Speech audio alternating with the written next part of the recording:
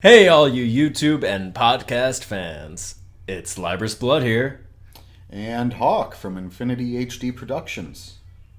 And we're back for our second podcast for 360 Perspective, which is our podcast's name. I assume they could piece that together, Brandon. Yeah. Oh, yeah, if you weren't here last time, and this is your first time listening to us, we are known on YouTube as Hawk and Libris Blood. I'm known as Libris Blood, not Hawk. Yeah, no, I'm Hawk. For this, though, we'll be going by our first names. If we forget, we'll go to default. Yeah. And, our default is just using our YouTube names. But, yeah. And mine just happens to be my channel's name, too. Yeah, that's not a plug. We'll have each other in the description. We'll be posting this on both of our channels. So this week's topic is horror games. We're actually recording this at the same time as last week's topic on writing and story. Just because I don't know when my Blue Yeti... Really? We just went over this. Sorry, that's a joke from last time because Hawk accidentally, when he was saying how much he loves Blue Yeti, like the microphone that we're using, it sounded like a promotion. Like a promotion. Like, we're not endorsed by anybody. We have no sponsors, nothing. This is just us. Hell, we barely have subscribers. Yeah, this is us supporting. Yeah, you got more than me. Oh. No offense to the people who do watch my channel, but that's just, it's actual number facts. Still love you all, but no. So last podcast, what Henry did was he was describing his Blue Yeti mic, which we use. Yes. And I was describing how I was getting one soon. Or I was talking about how I was getting one soon, and he was describing the mic and how he really likes the brand and the specific model. So the brand is Blue, the specific model is the Yeti. So it's Blue microphone or whatever. Yeah. So I thought I would be funny and do the same thing, but yes, no, I'm getting the same mic. I think I'm getting I actually know. I'm getting a bunch of new stuff for me to use for recording and for playing games. A new mouse coming in, the Yeti mic or the Blue Yeti mic. What is that called? It's the boom for the mic, and an arm thing. Yeah. So I can real technical talk here. Yeah, really technical. So but, we are not sponsored. We just really like the brand. Yeah. So that's our little humor. Is that going to become a running joke now? Maybe. Blue Yeti. Everybody should buy a Blue Yeti. Rooster Teeth. Rooster Teeth. Oh, Lord. Something Witty Entertainment. I don't know. How much more can we plug from last time? Let's see. Bethesda. Bethesda. Well, Bethesda I was at least critical of in some regard. Although I do love their games. So stop slamming on the table. God. And then It's here. It's here. Then you have that screeching laugh and the Blue Yeti. Don't forget the Blue Yeti. Anyway. God, so the topic for this week is going to be horror games. Yeah. Specifically horror games. We will delve into horror films a little bit as well. Because it does play into that. It's the same thing. How I judge a good horror game or film is the atmosphere created. Mm-hmm. What is it? It has the atmosphere, the plot, or the story. Yes. Because you can have a horror game or horror film with real plot that is not just jumping out and scaring the literal shit out of somebody. Oh, yeah. That is not plot. What do you mean? That's perfect plot. No. I know for a fact you love Five Nights at Freddy's. No, it is so... Okay, no offense to the creator. No offense to the creator at all. But, in my opinion, jump scares, why the fuck are they a thing? I'm sorry. I don't fucking get it. It is just such a shitty thing to do because you're like delving so much money into developing this game. You're adding in more graphics. Yes, there is a little bit of a deeper story behind it. But you don't get there until like after the first game. The first game should set up the actual fucking plot. It shouldn't be up to fans to play through the first game and the second game to actually be like, oh, we're piecing this shit together. Or the developer to come out and say it after the game's already been released for like almost a year. That's my opinion, but whatever. This isn't about Five Nights at Freddy's as much, but it's like as a jump scare, like jump scares in general. I just knew it would make him angry. It doesn't. I don't get it. It's like one of my favorite YouTubers, the King Nappy. He has several other channels. Like the King Nappy, Nappy the Great. Oh, what was your point with Nappy Speaks? Yeah. Before we start endorsing more people, Rooster Teeth. The same person. Everybody, Rooster Teeth. Yeah, but no. So what the King Nappy basically said in one of his playthroughs for another game that we'll bring up later, which is Outlast. A lot of people know like he doesn't do well for like scary games. He gets scared. Everybody gets scared. You be tough as shit, still get scared. Or a sociopath. Yeah. So like, I'm not going near that. You're not going near that. But the point is, you know, you can be scared of a game or a film. You can be scared. Like something like a film or a game can scare you without needing to just throw shit out of the shadows at you. Right. Well, I think really good horror isn't necessarily built on the monster itself. It's built on the suspense about that monster. Like you feel that something bad is going to be coming up. Yeah, that's more scary than just jumps. It's the impending doom. I mean, if you watch a really good horror film, you don't know what the monster is. There are some great movies where they just don't show you.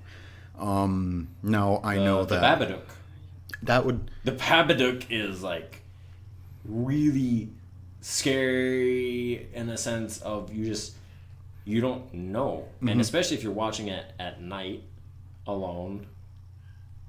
Is there something you'd like to talk about? I do. I watch and play a lot of games that are scary as shit by myself in a dark room. So it's like I understand why there's a focus on jump scares and monsters. Like, let's be honest, in real life, I would be more scared by seeing a giant creature in my house that, even in movies, would look CGI and hilarious.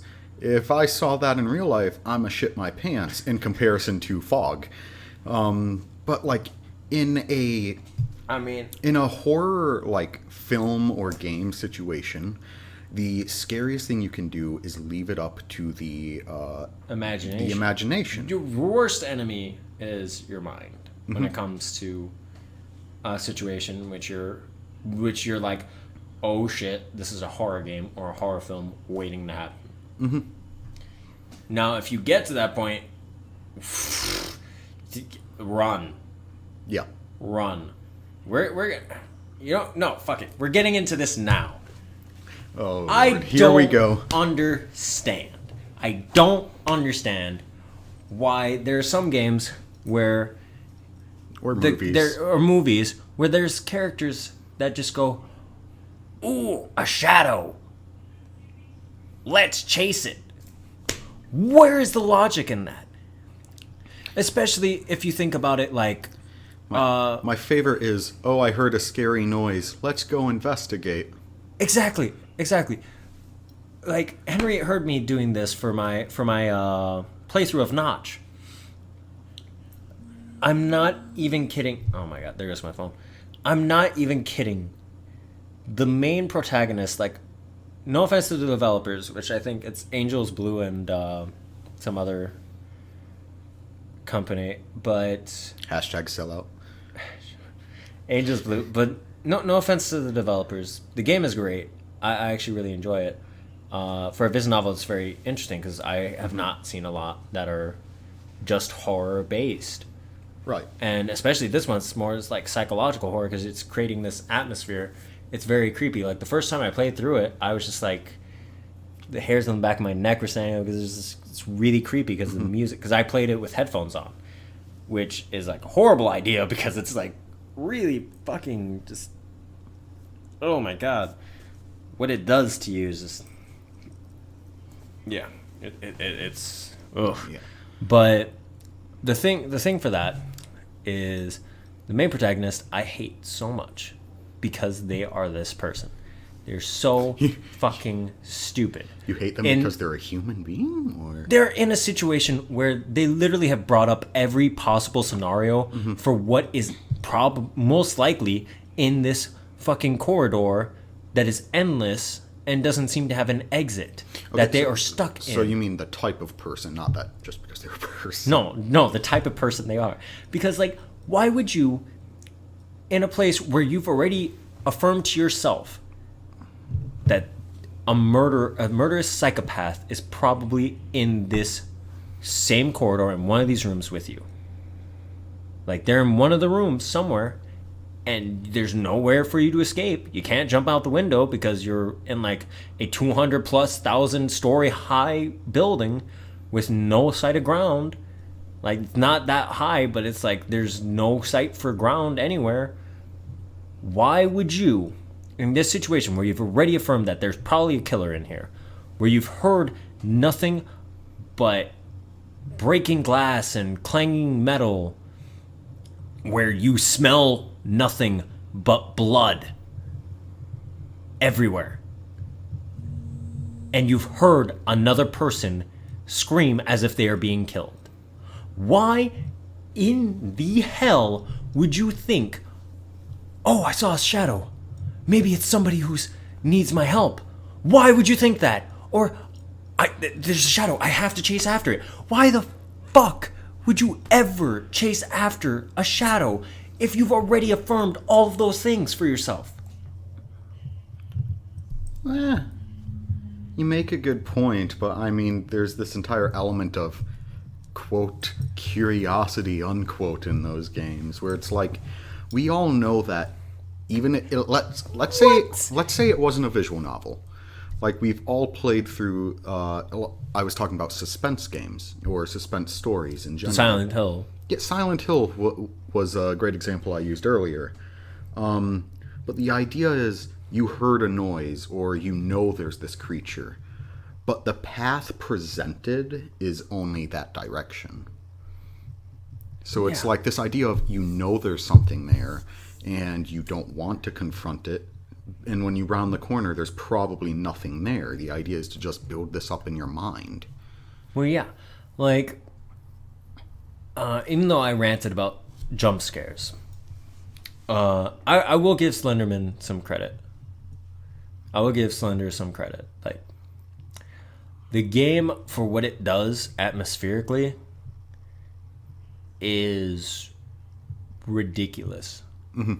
Like, the way I played it was how most people played it to get the real full experience.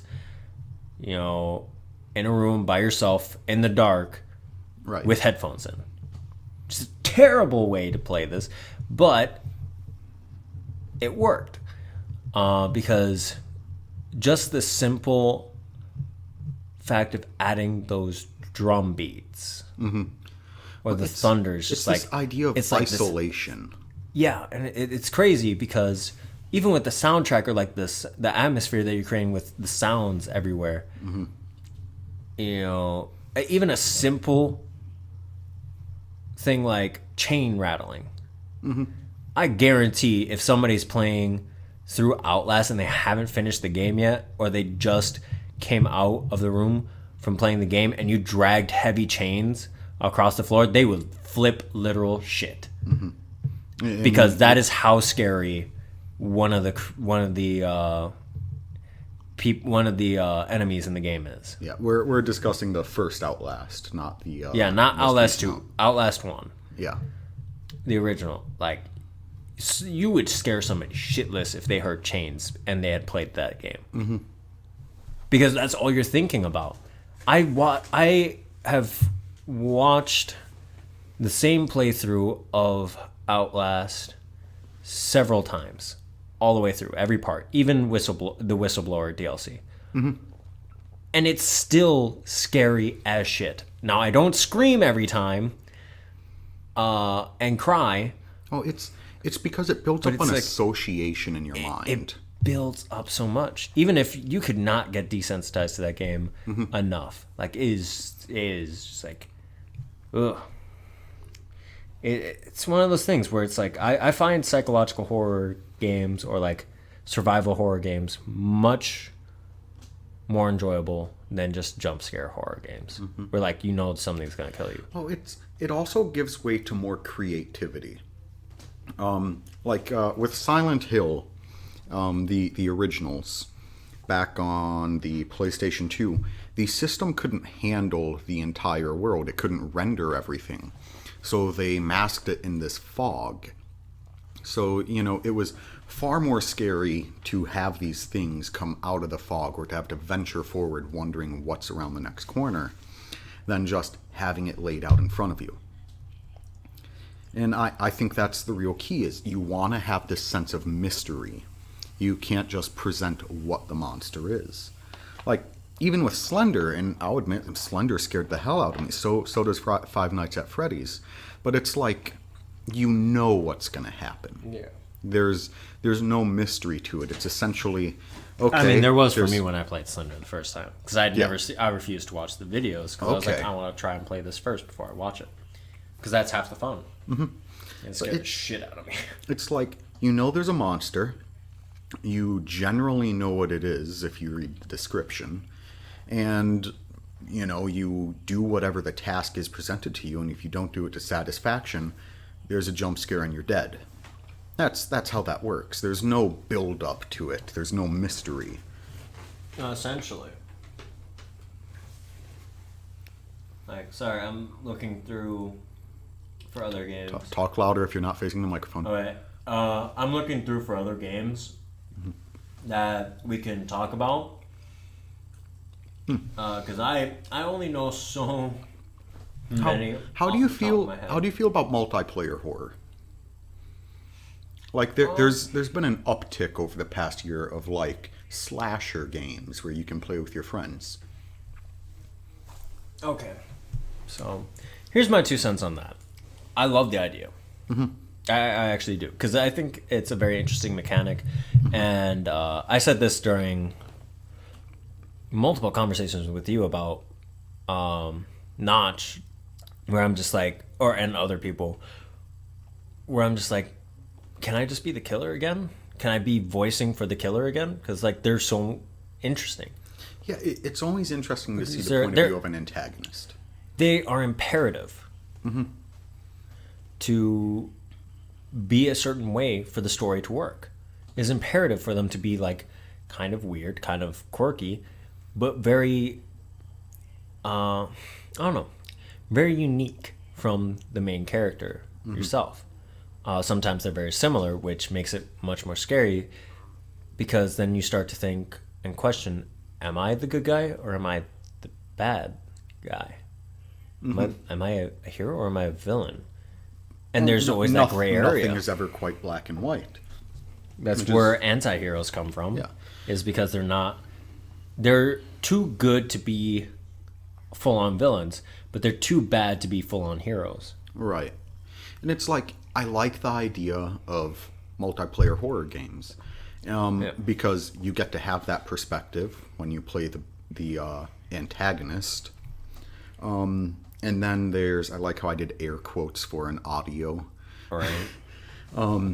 So you have that perspective, but there's also the perspective of, even if it's with friends and you're just chatting back and forth, they don't know where you are, and they don't know, like, for instance, what was the really popular one that came out? Not Friday the 13th. No, it's Before Daylight. Dead by Daylight. Dead by Daylight. I'm pretty sure. The idea is that they don't know which monster you are. They don't know where you are. And if you really want to step into the shoes of that, monster, you can kind of scare your friends. The idea is to sort of show them this dark side that you could participate in. I don't know, I just find that idea as a more of a thought experiment really interesting. It really is. Face the microphone. It really is. Oh, there it is. Another one that does a very good job. And this is going to partially be us reviewing games. Maybe a little bit of films. Mm-hmm. I'm not as well versed anymore. I used to watch them so often. What is your favorite scary movie? Or I'm sorry. What's your favorite scary movie? Well, my favorite has to be... No, that is not how she says it in Scream. Yeah, no, God, that's just a giveaway. My favorite. I don't like. I don't necessarily like monster movies because I want to have this sense of realism when I watch a scary movie. So I like slasher films, and Scream is by far my favorite.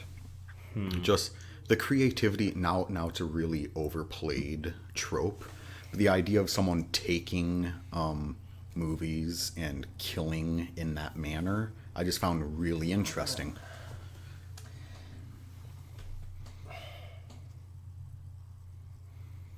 I'm really like trying to think about this one, because this one's a little harder because I hate to pick favorites for a lot of things, so I would oh my gosh, what would I say for favorites?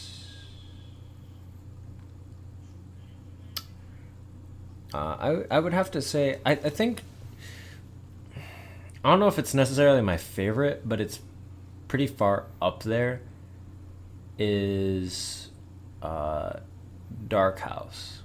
Dark House. I've never actually heard of this. Dark House. All right, let me look this up real quick. There's a very large actress that, or at least large in the sense that I actually recognize them. I can't remember her name for the life of me right now, which always happens when I'm recording. I always forget people's names. I forget names in general. I'm more of a face person. Can you at least describe the plot to me? It's Megan Ori. So what Dark... Alright. Let me move my laptop over here. I don't know why I didn't have it here earlier. So what Dark House is... it's about young woman Claire, who witnessed a massacre as a child, goes back to the house in which it happens as part of a troupe of actors auditioning for roles within a haunted house attraction. As both new arrivals and old cast soon begin disappearing one by one, Claire is left wondering if the house is really haunted, or is there a killer amongst them? See, I've never seen it, never heard of it, but just from listening to that description, I like that because it almost has this psychological aspect. She has had an experience with that house, and you're left wondering if it's even really happening. Or at least that's the way I view it. Yeah, it's very interesting. I see a lot of horror films and games that just like try a little too hard sometimes to, I don't know, they try a little too hard sometimes to just get you to be afraid. But yeah, the reason I said big star, sorry, I'm like trying to hold back burps, but the reason why I said like kind of big star in my eyes is because I first saw Megan Ori as Ruby or Red on Once Upon a Time. Oh my god, I forgot about that show. It's still going. That is still a thing? Is I haven't watched that since, I want to say, the second season. Oh dearie. There's like 6 seasons. They're about to do their 7th. Dear Lord. How... Wow. They had a lot of characters. Yeah, that doesn't surprise me. I actually enjoy it very much. Oh, the concept is fantastic. Where is... So yeah. Yeah. But no, the game that I was looking for, because Hawk saw me looking for a game, Dead Realm also does a very good job at creating a really creepy atmosphere. Okay. I've seen a lot of gameplay for it. It's another multiplayer game that you can play with your friends. One of you is the ghost or the killer or whatever. You're like a creature that doesn't really exist, so you can play as like a ghost baby or whatever, which makes a joke in my family alive. I forgot about that game. It's funny when you see people play it, because you get scared too, because the atmosphere is like, it's great, but it's so nerve-wracking in the moment, because you have... I used to watch some big YouTubers that used to play that, and it just went away one day. I completely forgot about it. Yeah, that game is just nerve-wracking. It really pulls on the strings. I mean, no, because you can kind of... It's almost more disturbing. Hide yourself. Yeah, when... you can kind of mess with people with all the sounds and things that you can do in there. It's really cool. It's interesting. Here's the way I view it. When you're playing with another human being, then that creature acts more real. Like, in most games, you can trick the AI. You can find little bugs. You can find spots where it'll get hung up. If you're playing against another person, it will find you no matter what. And if you actually know the person, it will play on your fears. And I think that's the ultimate thing. The idea of something you know turning against you, that's very disturbing to some people. So I don't know. I find that interesting. You're just browsing through Netflix at this point. Yeah, I'm trying to find like some other horror films that I've seen. Just really hard. I like how Scary Movie is still categorized as a horror film. It irritates me. Sharknado apparently What? is considered horror. I don't know how. It's not that great. Have you ever seen Clowns from Mars? No, I've seen clips from it. Oh, it's hilarious. It's one of those things that should be scary, and it just isn't. It's just more funny than anything, the fact that it exists. I think what I enjoy for a couple games and the thing I enjoy about a couple games and some films is when they do the first person perspective, where they have a camera for some reason somehow on them. I think I enjoy that the most, because it's very... like found footage. I've seen some of those, which those are actually scary shit. 'Cause those can sometimes be faked, sometimes not, which is fucked. But no, like where like it's like Outlast, where you have the camera the whole time. Yes. That perspective. Okay. It's very interesting because it plays up on your own personal fears, because if you were to watch one of those films in a VR headset, I haven't done this, but if you were to do that, you like, some people don't realize this, but you would be the person there walking through, which makes it much creepier. So without VR, it does that same effect. Not as good as it would be, but... It's kind of like what I was saying earlier, where a monster on a screen isn't that scary. It's more comical than anything. But the moment you step into that situation, that is the scariest possible thing. Because then you know it's real. Right. What are some other ones that I'm thinking of? Like, The Evil Within is actually, it's a good one too. It's kind of a horror game, kind of not at times. I've only watched a playthrough of The Evil Within. I found it, I don't know, I found it overly predictable. At times, yes. At Like times, the yes. major plot I found predictable. Like the actual things that happened in it, not necessarily. But I just feel like it's a generally overrated game. It was still entertaining, don't get me wrong, and there were still times that it was scary, but I just feel like I knew too much going into it. And that's, I mean, I guess that's fair. I don't know. This is one of those weird topics where it's really easy to contradict yourself because it's like, what's scary changes depending on the perspective or the content. On the person. Yeah. It's so interesting to, sorry, I'm also looking for more games or things to reference, but like, it's, we're just gonna go off on this, but like, it's so interesting to see that the atmosphere of a game can do so much. Right. It really is, because there are games like The Evil Within or Resident Evil does this very well as well. Depends on the Resident Evil. Depending on the Resident Evil. But there's something much more scary about being. I think we tried. Oh no, we didn't try this experiment back in high school. But I proposed an experiment of, is a jump scare scary because of the unpredictability alone, or is it the atmosphere? Mm-hmm. Like, it doesn't matter what you say, jumping out at anybody saying, you could be like, happy birthday, you'd probably scare the shit out of somebody. Yeah.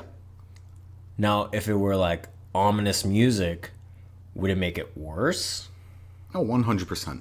Or like, yeah, that was my argument. It was like, I feel like it's more the atmosphere that does more of the work of getting people like really scared in theaters or playing a game. You almost, instead of just using up the scare and freaking someone out for an instant, you want to build up that adrenaline. You want to have them expect it, but not do it when they expect it. The idea is that instead of just screaming in fear, you want them to jump out of their chair. Yeah. You want them to legitimately fear that something is going to happen. Yeah. I mean, and like, back to your thing about fog for Silent Hill. I actually find that kind of scary in regular life. Because I'm a paranoid person at times, and people used to, because like I freak out when somebody's like, I don't see somebody and like they just grab me. Mm-hmm. No, I'm sometimes my immediate response is to like think, oh god, I'm gonna die, or I'm probably gonna punch the shit out of this person. Usually it's not the latter, because I dislike violence. So usually I just fall to the ground, like, kind of partially crying. Dear Lord. In the fetal position. Just like, I'm okay. Well, it's like... And it doesn't even matter what it was. I'm the same way, maybe not that extreme. Yeah, no, a friend went like this. Like, they just tapped me on the shoulder, and they're just like, hey, I was like, ah! Fell on the floor. This is our camp. This is on our main campus. Oh, dear Lord, Brandon. So many people saw like, that. I'm the same way. If I can't see something and then something happens, that makes it more scary. That's why I've always considered fog to be a creepy thing, because you don't know what's out there. It's nerve-wracking. More than anything, it's fucking nerve-wracking. Mm-hmm.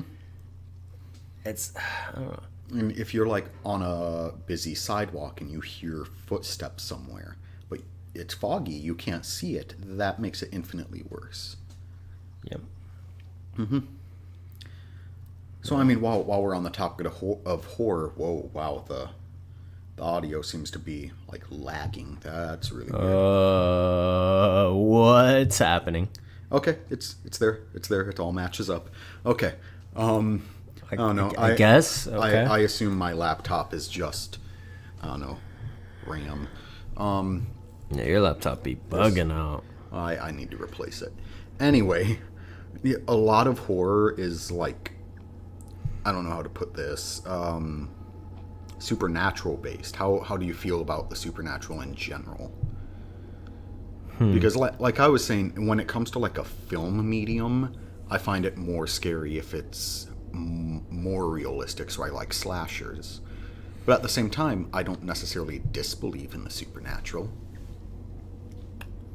So, sorry, I was speaking into my hand. That was a nasty habit.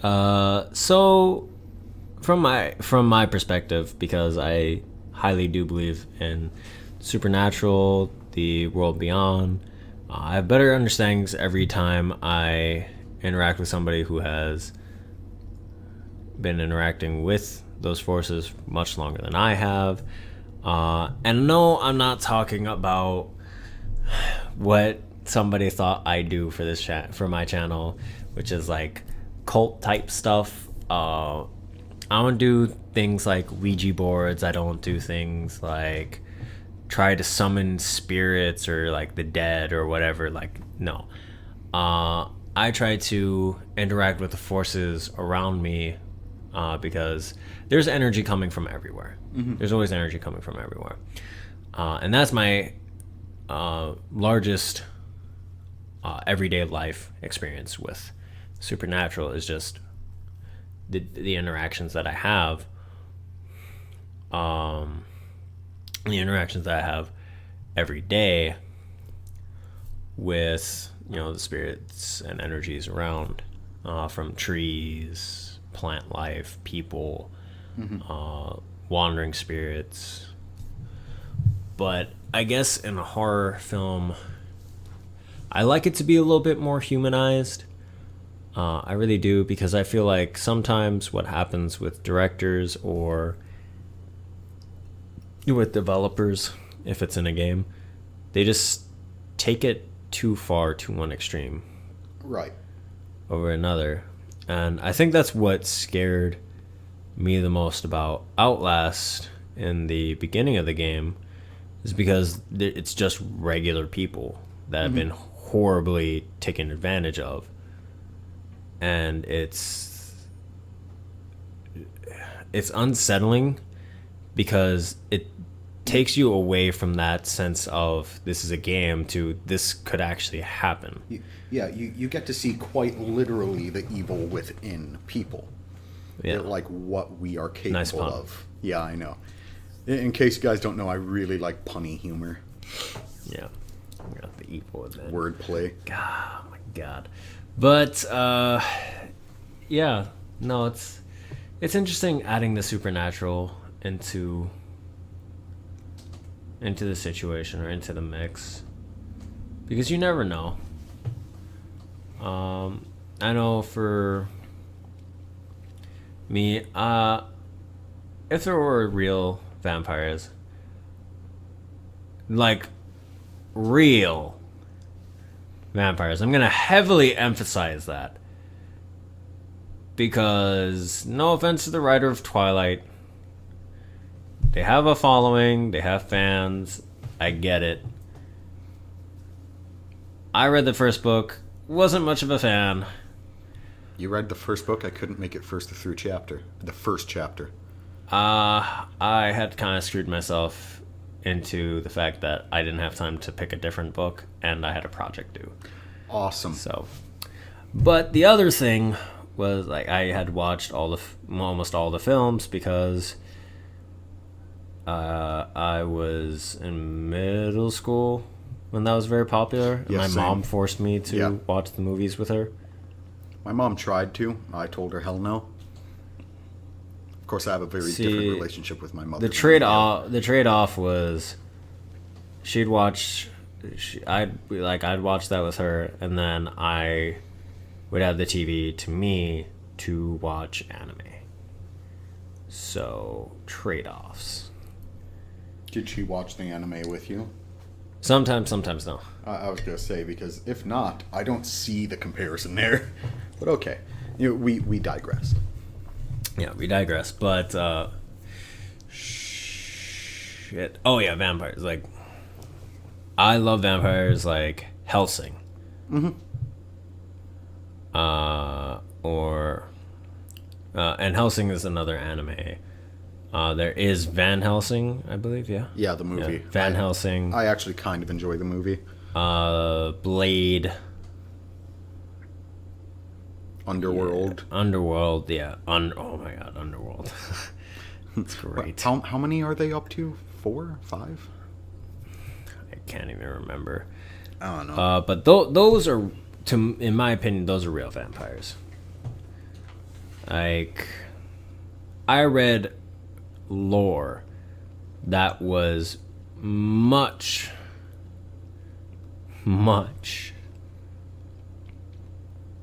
more terrifying than a sparkling forever teen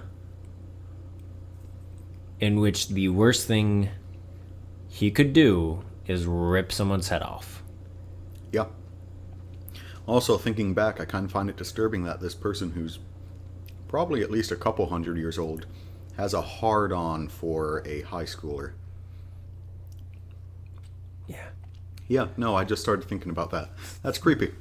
Yeah, it's a little... How many of her has he been through? And on that, we're moving on. Yep. So, I but managed yeah, to no, ruin Twilight. It was already ruined. for supernatural type stuff, it's, I don't know, I enjoy it. A lot of it can be very scary. Mm-hmm. A lot of it can not really. Yeah, it depends. The original Poltergeist, brilliant. I feel like that really played on the environment that so many people live in, and just, what could potentially happen. Yeah. And there was one that I remember watching. It was called They Look Like People, I think. It was like They Look Like Us or They Look Like People. It's one of those two. It's a psychological film, and you don't really see anything really otherworldly until like damn near the last 10 minutes of the movie. Okay.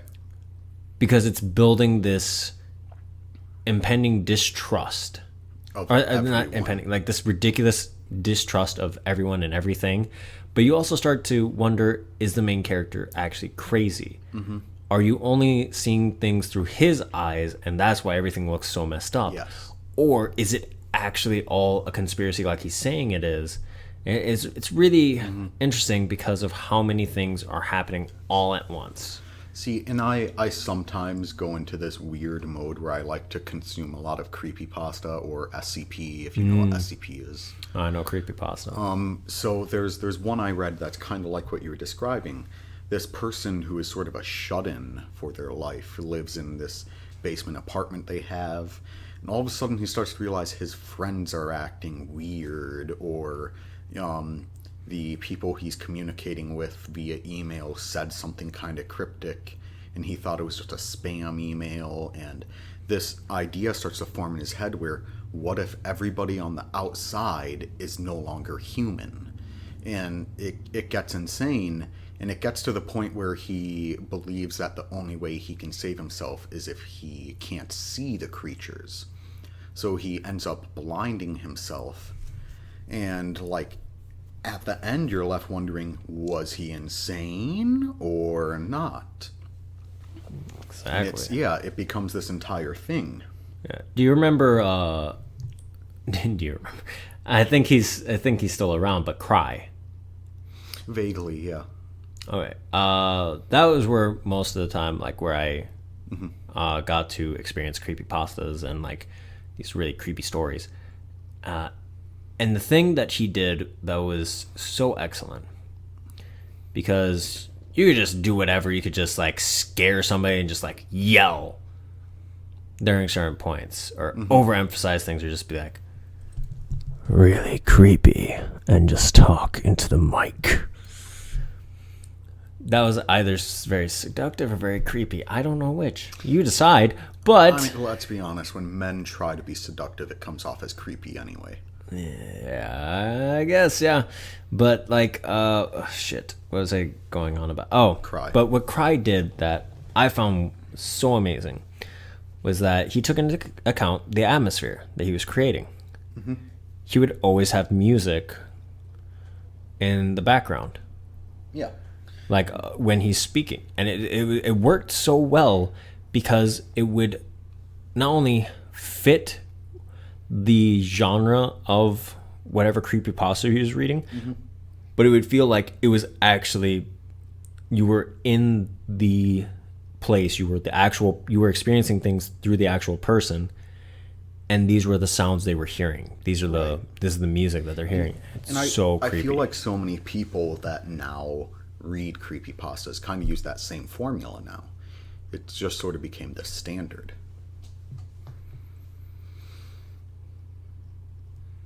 Venus. Oh yeah, sorry.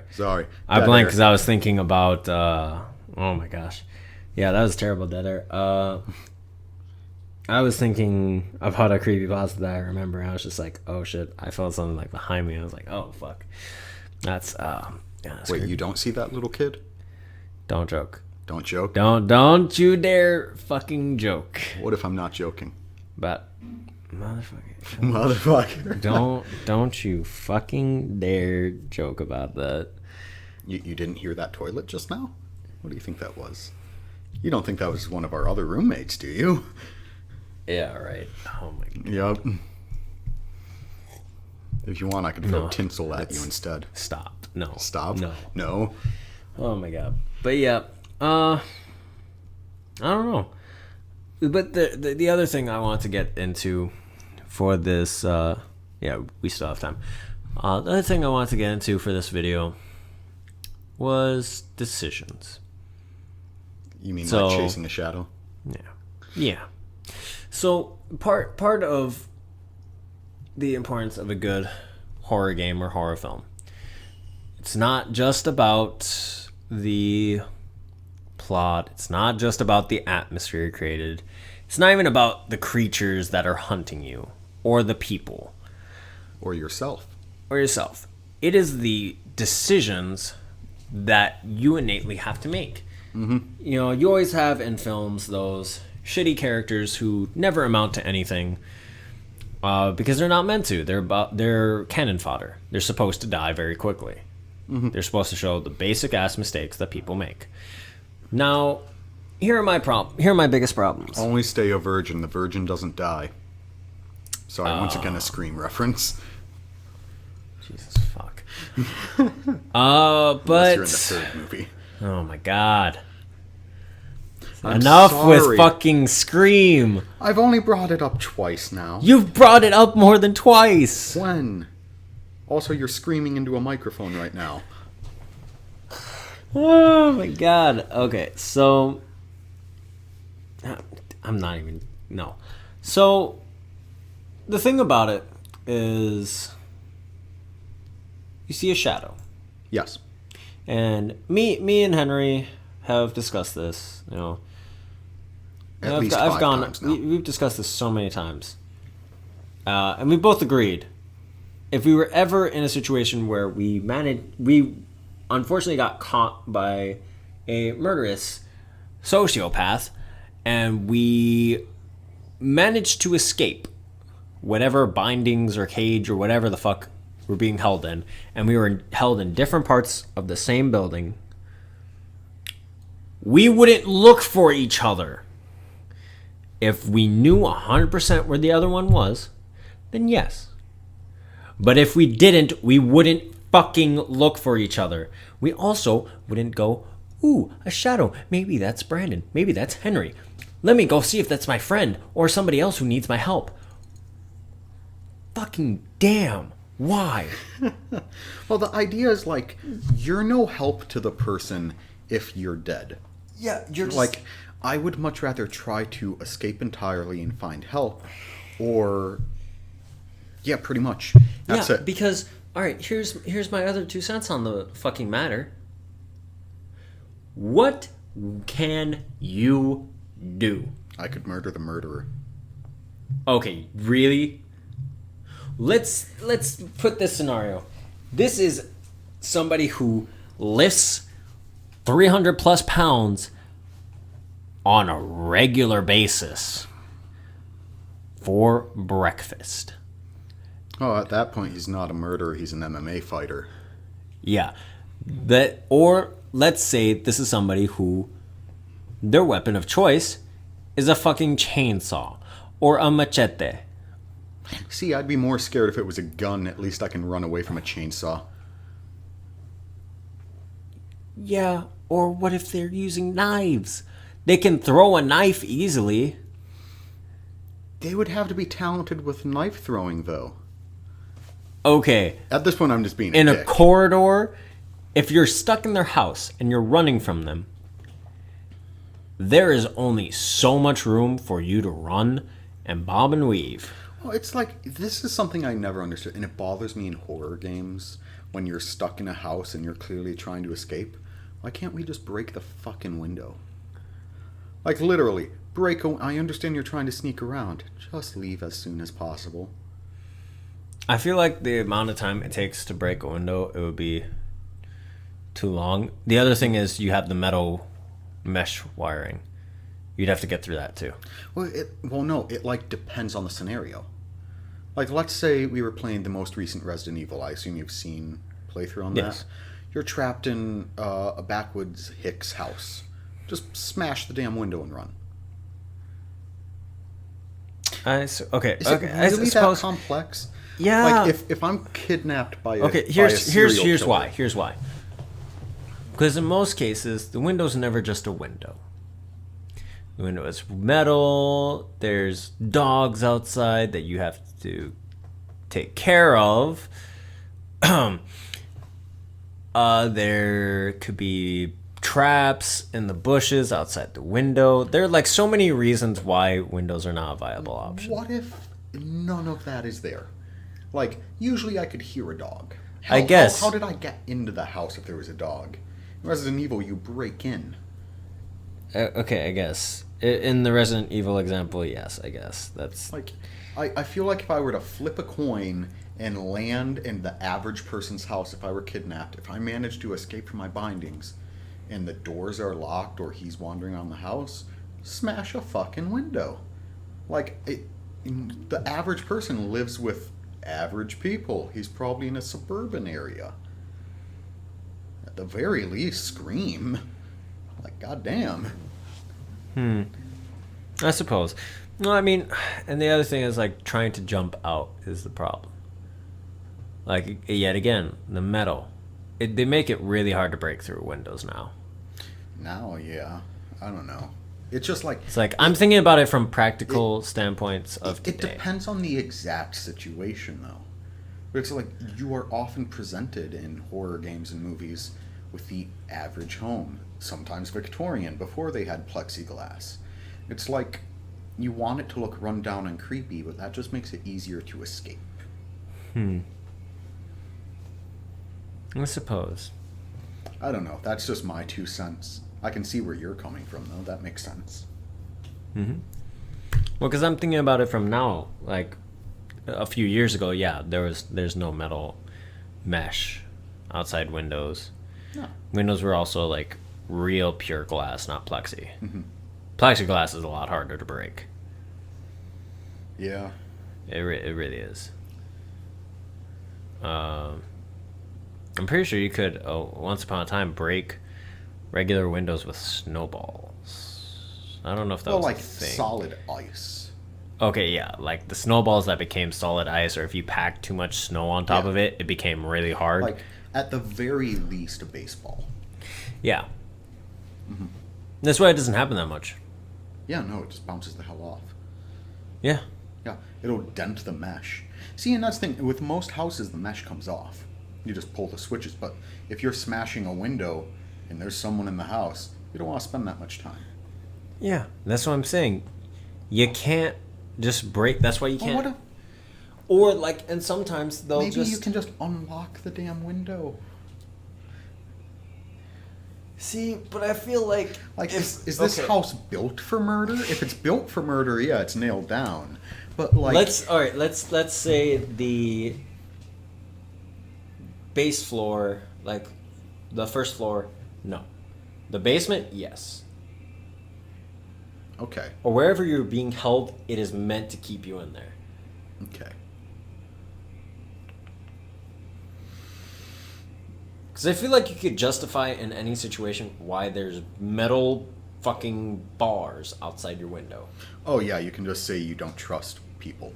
Like, yeah, no, someone could get away with justifying why there are metal bars. It's just like, that's not always there. It's not, but it's a possibility. Yes. No, I agree. Yeah. But no, yeah, that's one of those things. It's like, yeah. And that's the other thing of the hero mentality. Mm-hmm. Everyone wants to be the hero. Well, in a lot of the case, you can't be a fucking hero If you're dead. if you're dead. Yes, if Yeah. you're dead. Thank you for finishing for me.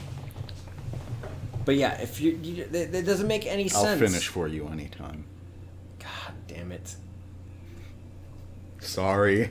I just I had to say it.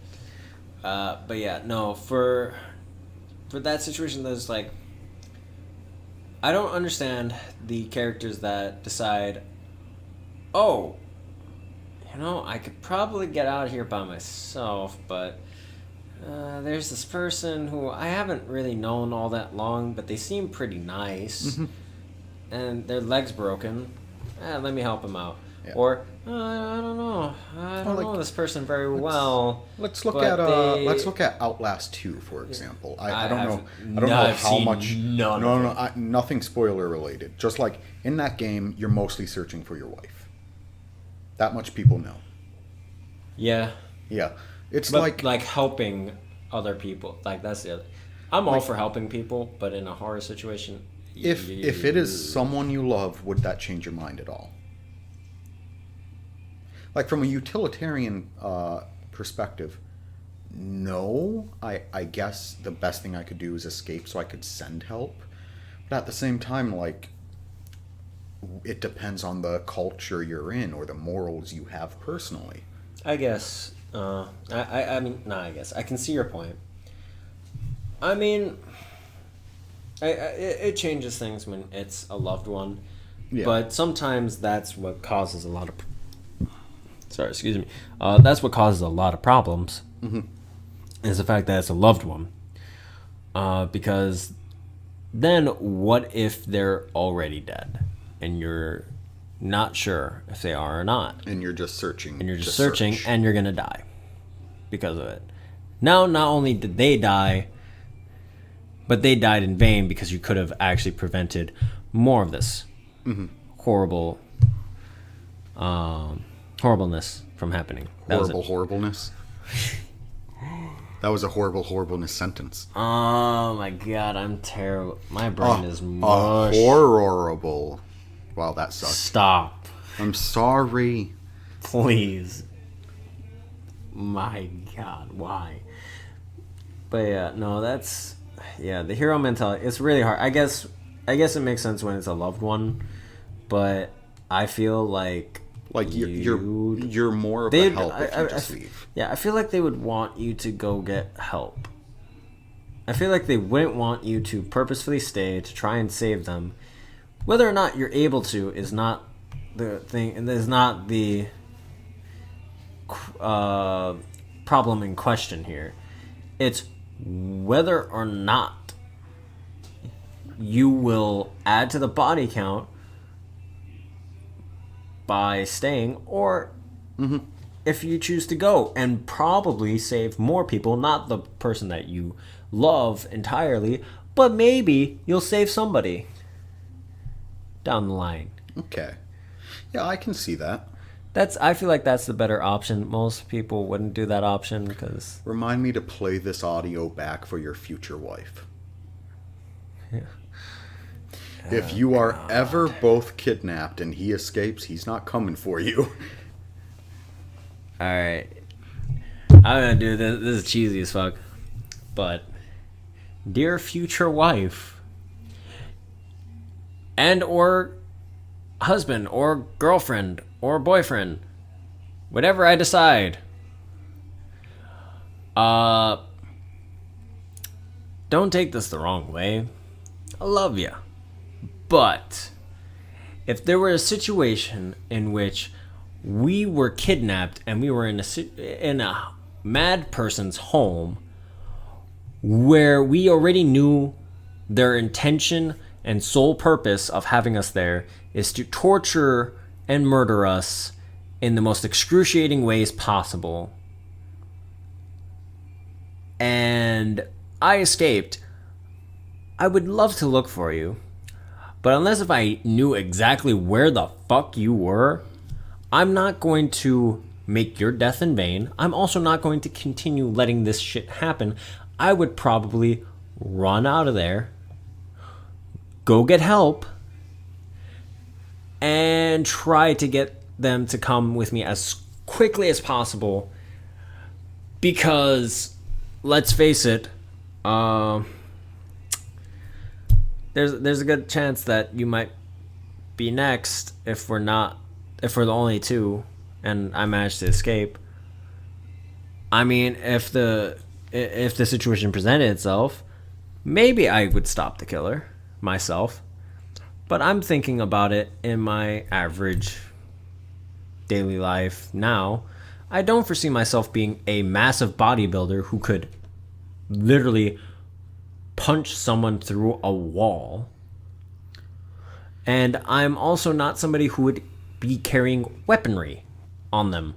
Especially if you got kidnapped, I would assume that would have been taken away. Well, wasn't that romantic, guys? Yeah. Sorry. To my future significant other, pray we never get kidnapped. Or if it's just ransom money, then we can figure something out. Then I will protect and save you. I won't pay. I would pay. Nah, I meant for you. Well, I just got flipped off. Oh my god. I feel like this conversation is slowly degenerated. It really has, because like horror is why our last one went a little bit longer is because we had two different topics, which is what our plans are for this and our channels and individually what they do, and then we had a little focus on writing. But yeah, for horror, it's so interesting. There's so many ways you could go with it. You could do film, you could do video games. I think the biggest problem is oversaturation of cliches. Yeah. Like the horror cliches are just terrible. It's like, oh, they were picked on as a kid. It's like, no, not every mass murdering, crazy, psychopathic, sociopathic person was bullied or will bullied bully or people. Will bully people or will have been bullied. It's like it doesn't work that way. It's not like it can't only be that, or like it was built on top of a burial ground. It's like, the fuck. Yeah, that only worked once in the original Poltergeist. Like, there's why? There's no fucking way. After that film, that was used like 30 times by other people. And it doesn't make sense. I don't get it. Why? I don't get it. It's just like, I understand preying on white guilt, but dear Lord, really? I mean, I guess I don't know. It's so interesting to see the first films to ever do something for horror or for anything, or the first games to do something for horror or for anything, and then to see like 50 copies of that same idea just with different storylines. It's like any medium. People will see a success and they will try to duplicate it. And the problem is with horror, there has been stagnation in that department. Like, you referenced how the killer is always one way, but like ever since the 80s, most characters are the same way. Everybody has that same trope. There's the jock, the horny bitch girl, the nerdy girl, and the nerd guy.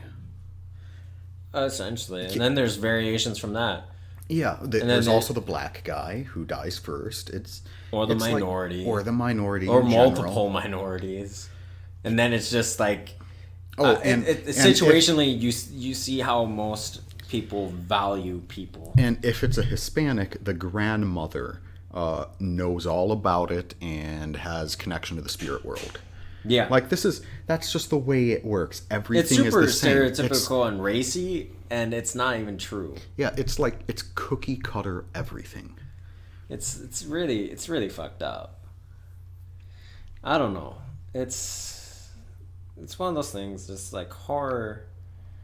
It needs to evolve. There needs to be more change. I feel like it's stuck in place. Mm-hmm. I actually really like Japanese horror because they focus so much on that atmosphere. Like you were discussing the chains from Outlast 1. Mm-hmm. Like in Japanese horror, a great example of this would be the original Ring. I think, yeah, just like whenever you hear that sound, you know what that means. Mm-hmm. Just like the entire focus is on the atmosphere, and I love it. It builds associations in your mind. Yeah, I mean, and then there's actually an instrument where like it actually makes all the sounds for like the like stereotypical sounds you hear in a horror film, and it's so eerie to just hear it. Yeah, because even just doing that silence, if there were something else, no context, you know shit's gonna go down. In a game, like when there's absolute silence, like immediately you hear your character stop breathing for a second, you're just like, fuck. Either my game just crashed or shit's about to go down. Usually it's the latter. Usually. Because shit's not usually gonna go down.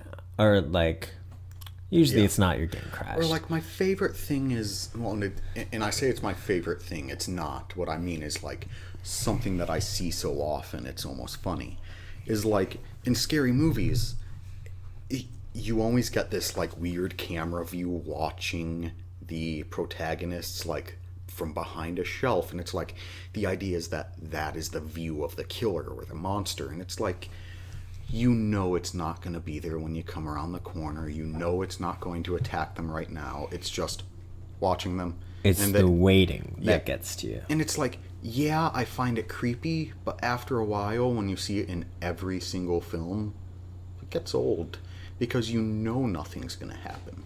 Yeah. That's why I harp and hate on jump scares so much. It's the same shit. Over and over and over again. For 20 hours. Let's be honest. If you're making a game, you might as well make it long as shit. Especially if it's a jump scare, because you know there's no real plot line anywhere. So of course you're just gonna make 20 hours of this really cliche, shitty ass fucking mechanic happen over and over and over. You get way too heated on this. I'm just sick and tired of fucking jump scares being the only fucking thing that people know about horror. It's not the only scary thing. Mm-hmm. Atmosphere matters. Making those hard choices for people. What do you Have you ever seen Until Dawn? Yes, that is fantastic. Okay, spoilers, I don't care. We're not gonna. This is like 2 seconds of a spoiler. Do you remember the choice where it's like either you kill this person or you kill this person? Yes. Literally, that's the kind of decision you need to make. That makes it much more scary because you don't know what you're going to decide. You don't know the repercussions of your fucking actions. Oh, that entire game is built on the idea of the butterfly effect. It's brilliant. So here's a question, but before we wrap up, we'll probably wrap up here in a few minutes. What do you think is the most important part of the atmosphere? To me, it would be sound design. I do have to say sound design. Sound design? Sound design as well. The only thing that I think would come even close to sound design would have to be color scheme. Color scheme? Why color scheme? I'm very curious about this.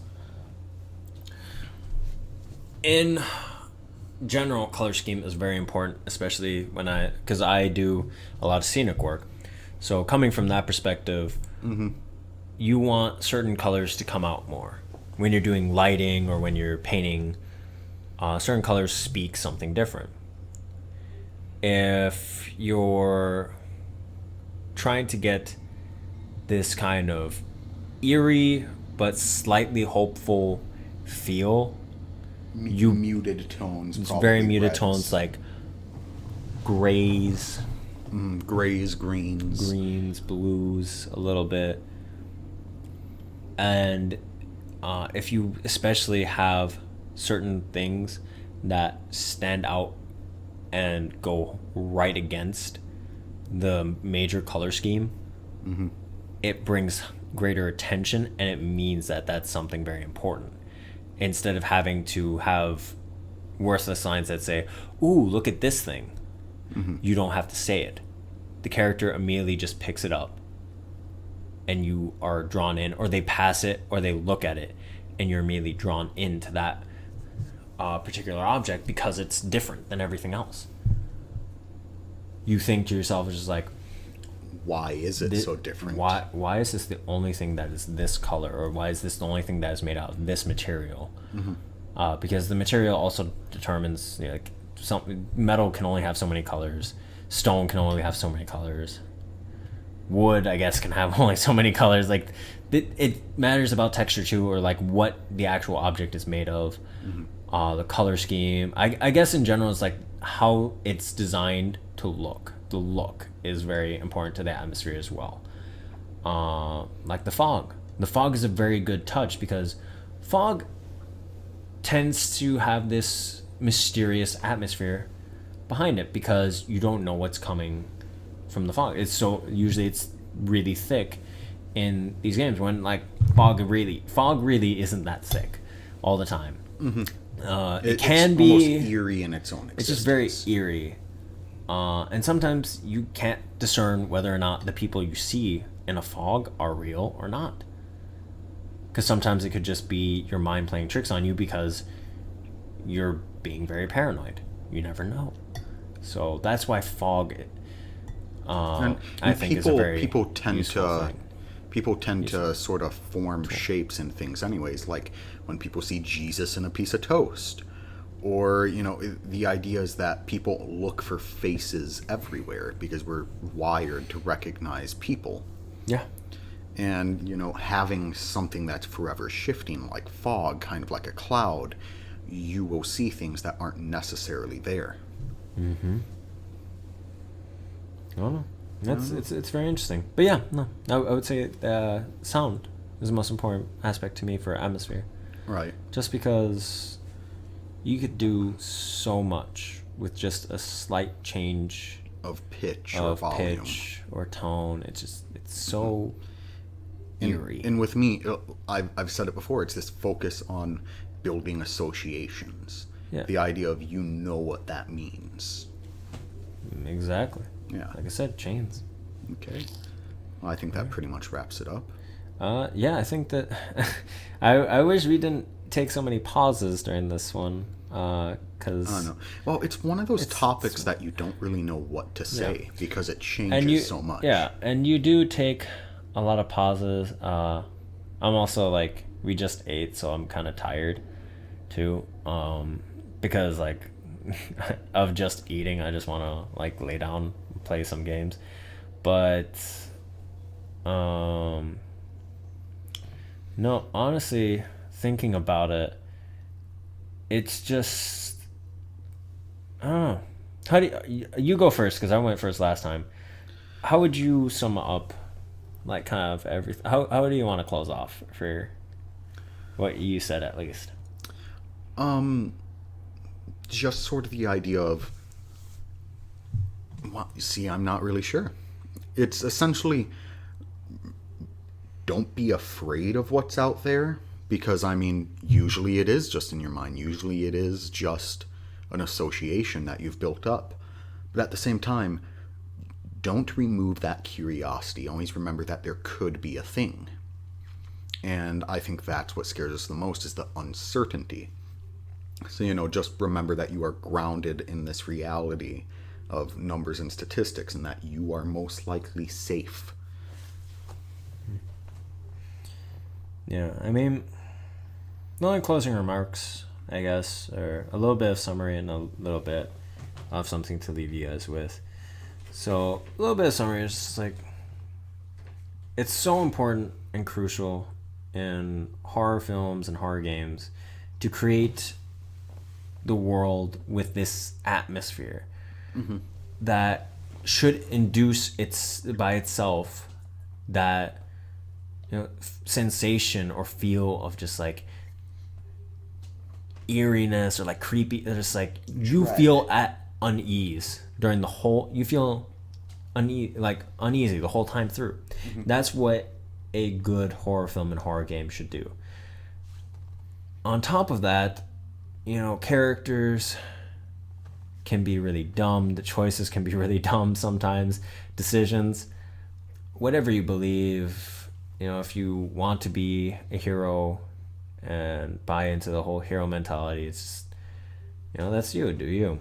But when you think about these situations and practicality versus how they're portrayed in games, it's nice and kind of sometimes a crutch when you see so many times you just see the same scenarios play out. It's very disheartening.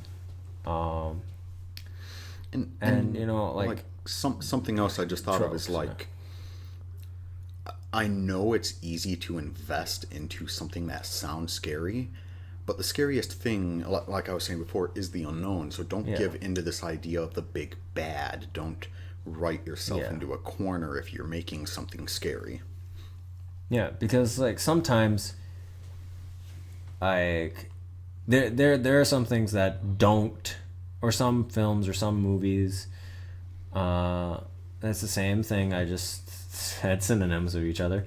There's some films and some games that don't give you that sense of release.